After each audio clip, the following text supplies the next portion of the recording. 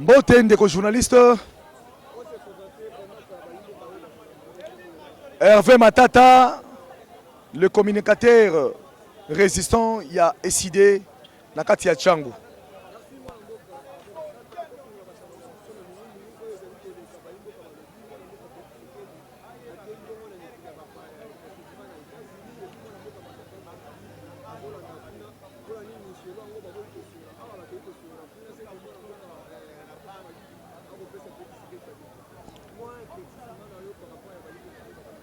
Ndeko Nakoyebisayo, vous savez, le paradigme évoqué par le président Elie Martin Fayoulou, c'est lui de la cohésion nationale. Ezali eloko yo, ezali ko interdire mototé. Asolola moni congolais te, aswana moninga na congolais. Bon, c'est une information na koyesa bato boye. Na momo tozali awa pour l'intérêt du Congo, moto nyonso il faut atia ba ego na ye à côté. Tokamata, toloba likambo pote mboka na biso ke liboso. En réalité, c'est le Congo qui perd. Le Congo ne gagne jamais. Ceux qui sont divisés, ceux qui sont séparés. Le président Martin Fayoulou a créé une mission na niveau ya Allemagne, a une conférence à animer wana. À part wana, azali pe na mission politique musuwa rosala étant qu'un animal politique. Donc peki samite na parcours na ye. Ceux qui ont kutana na moto congolais songolo pakala ou a trouvé que c'est intéressant, bah sur la ponatina ya Congo, ils appellent les soumouté, ils allaient pêcher. Donc ceux qui présentent Fayoulou, à Kosoana congolais moko songolo pakala, ils allaient qu'à ponatina ya Congo. Mais quand ça la mabe, ceux qui ont Kosoana banguna ya Congo. Mais le quoi la Kosoana congolais, ils ont un gros problème té. Ce n'est pas grave. C'est toujours pour que le Congo avance. Ça motive toujours la cohésion nationale entre nous les Congolais.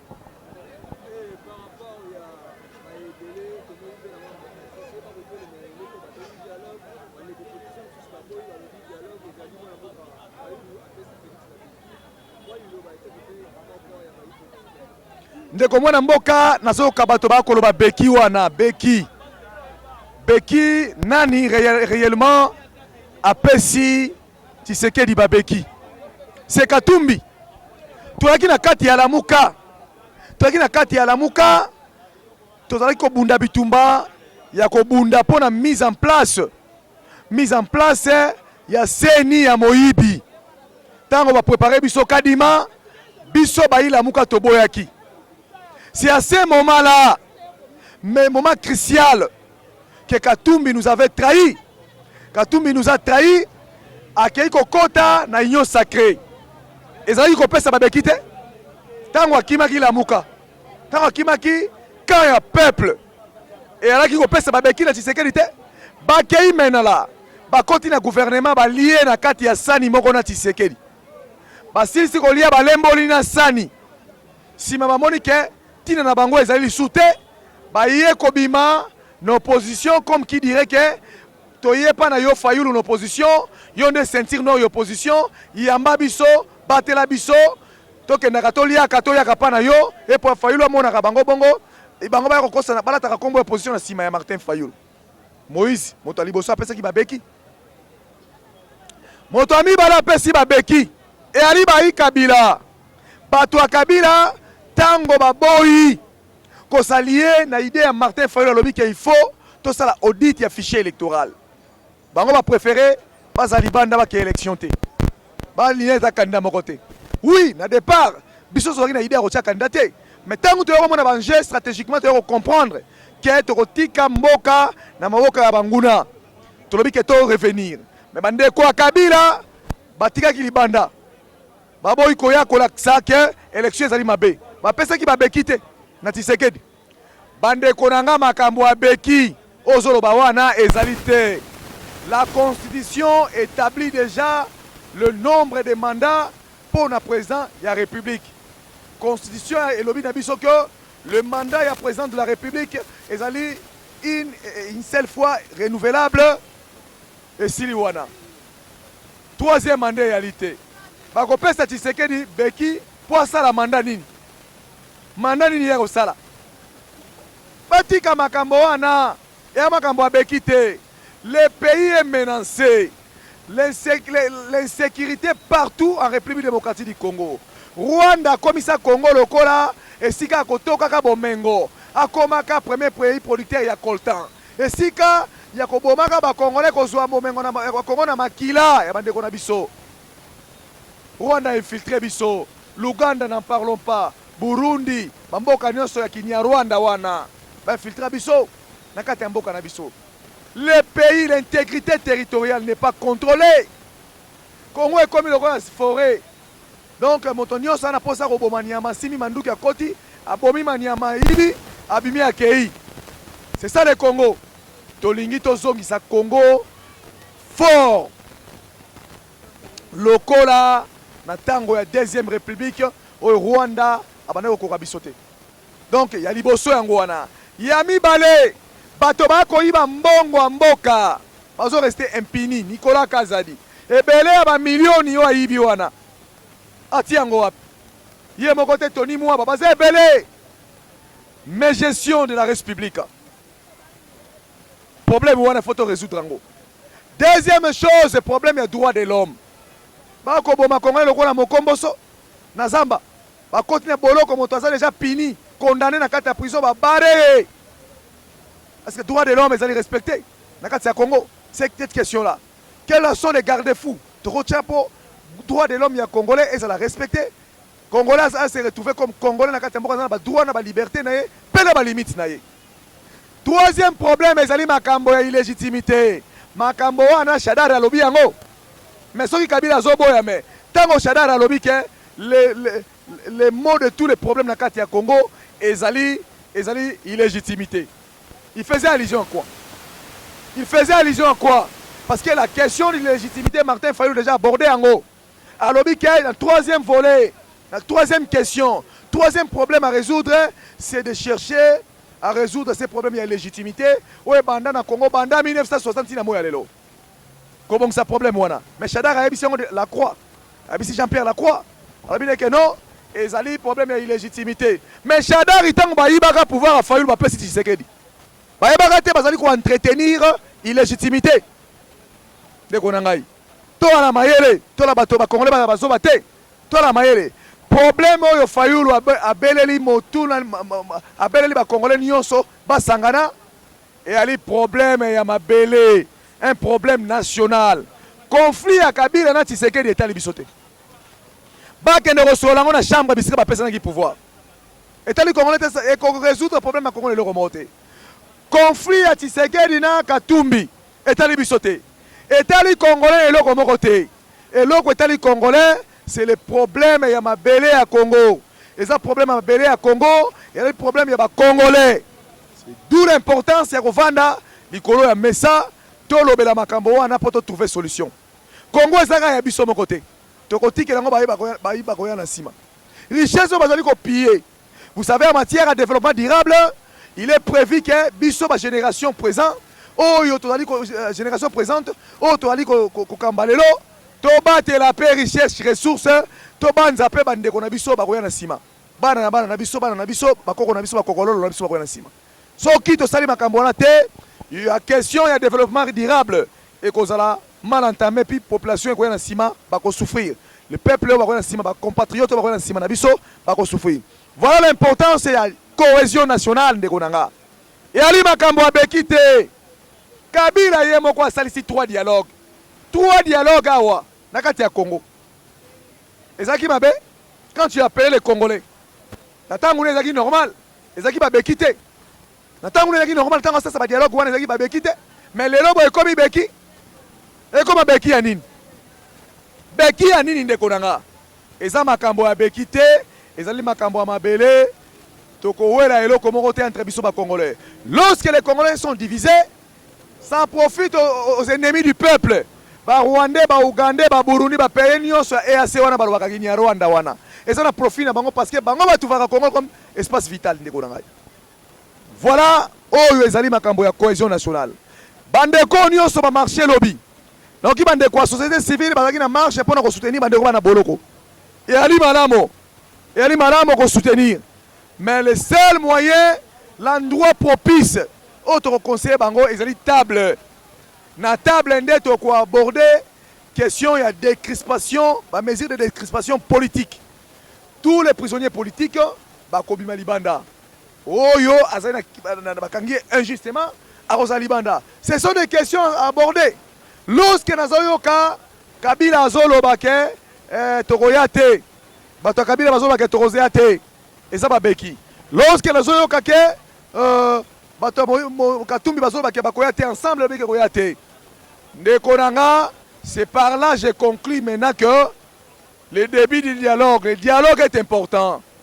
Ba débat wana bazoloba libanda baya koloba yango likolo ya mesa. Baya bisango ba congolais ba koloba yango preuve la puis likolo ya mesa to solango eza le kamotel ba congolais. Ba lo bango libanda te parce que bazo prêter ba flanc na ba ennemi ya peuple.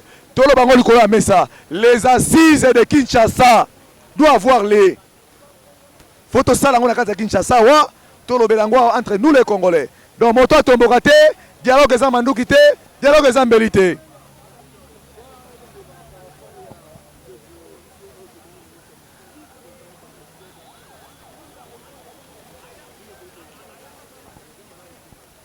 Bande konanga Constant Mutamba c'est un jeune. Ali jeune ngai na sepelaka na émergence ya jeune. Ceux qui jeune azo émerger ezaka malamu na betaka maboko.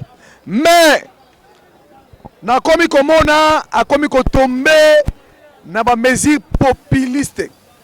Ba mesure oyo ya kosala pona sentiment une frange ya population et sepela na yepo à nourrir parti politique na ye o ezanga ki batu jadis. Donc azali ko sala recrutement ya batu na parti politique na ye sans que ba congolais ba yeba na ba mesure populiste na populisme o azali ko sala wana. Ndeko nanga ezali na batu ebele ba criminel économique ya mboka oyo. Ba ko iba mbongo ya mboka tongo pourquoi? Mais le cola, c'est par là que je dis qu'il y a ça complexé. Par là que je dis qu'il y a ça complexé. Batu ebele bako iba mbongo ya mboka, bako tika bango libre. Bako kanga bango te justice eko sala te. Eko sala mate ibi mbongo ya mboka librement keko vaquer na ba responsabilité na ya kei. Na pesi exemple. Nicolas Kazadi bima mboka sous Constant Mutamba. Tony Mwa bazana mboko mbongo abato fat aloba. Mbongo de tourna fo elobama. Peter Kazadi également. Mbongo oyo la carte d'identité nationale. Il y a des dossiers parce que le but du ministère public et Zanini, c'est de chercher les infractions. Faut luka infraction bakanga bato ba grand criminel d'État. Bato bana mbongo bato. Justice ezali te kaka kobimisa bato na boloko. Oui, ba conditions carcérales ezali mabe. Mais qu'est-ce que vous avez prévu pour que infraction aussi la te banda soyez bandanza mokile salama. Ye soyez accueillis. Tel est le boye infraction aussi la te bato ba kokanga maka pe ba kokanga meke. Ndeko nangai. Vous prévoyez quoi? Aujourd'hui là nous avons un problème. Babimi si ba bandi urbain. Kulune zongi makasi. Nakata Kinshasa, la journée, 2 jours seulement, parce que des vacations salami, abimisi batuna des convois. O abimisi ki liboso wa basali terrain à roko sanate. Bakamati bandi ko kata ko yiba boyibi ezongi masasi ezongi kobeta. Notamment biso na changwa wato ko lala te. Bakati motoloboko, auti église catholique, akozonga ndako za choriste. Bakati église 5 kibuka. Bakati eloboko ko inase la journée Boutouté la journée 11h tango ozwi moto oyo bakangaki oyo piaka pauvreté pasi esimbisaki machette otie na boloko pote ba réédiquer te malheureusement obimisi aye kokuta kaka ba même condition de vie d'abord plus que ba même condition wana. Aye okuta pasi lisusu emati ye kwa sala kate ayebi lichette esi aye kona lichette. Vous pensez que akotika lichette? Akotika lichette parce que akozala mpiaka okende koluka koyiba na lichette. C'est-à-dire eza cercle vicieux. Tokozongela eloko wana. Bakokangama mpe bakokangama keka lisusu. Moi je pense bien il faut construire ma prison pour na désengorger makala et non qu'on libérer bateau kaka boye otiki bango na société bo libérer bango voilà maintenant nous penons tozongi na kulu na tango wakala et toli ko kebisa toli ko mona lokola balingi baya bana arrière penser moko na makambo yo parce que bango bakomi ko lobela makambo révision constitutionnelle bango lobela ngo et bateau bako utiliser ezalaka bateau catégorie ya population wana bango ne ba utiliser ka bango na nzela po ba barrer la route na bateau nyonso bako telema na profit de bango. C'est pourquoi babandi ko bimisa na boloko nous comprenons ça nous comprenons ça. Donc ndeko nanga Constant Mutamba ozali jeune na justice ba franche ezali ebele tango lobaki ke makamba mbongo ekelaka na magistrat te ekelaka na banque c'était normal mais mesure ozwi wana ko bimisa babandi en tout cas au plonger biso lisu na kuluna ya makasi moto ake boloko ba rééduquer te azongi plus violent c'est-à-dire ba crime wana attendez-vous au mort na ba mort bondo kunda bibeme bondo kunda au tuerie c'est la bondo kunda bibeme bondo lokota bibeme na balabala. Pourquoi? Parce que les bandits là baza rééduquer te ba yekoli ki bandit lisu makasi na kati ya boloko ba tiki bango wana ba bandi ko semer sous terrain et comme plus qu'avant.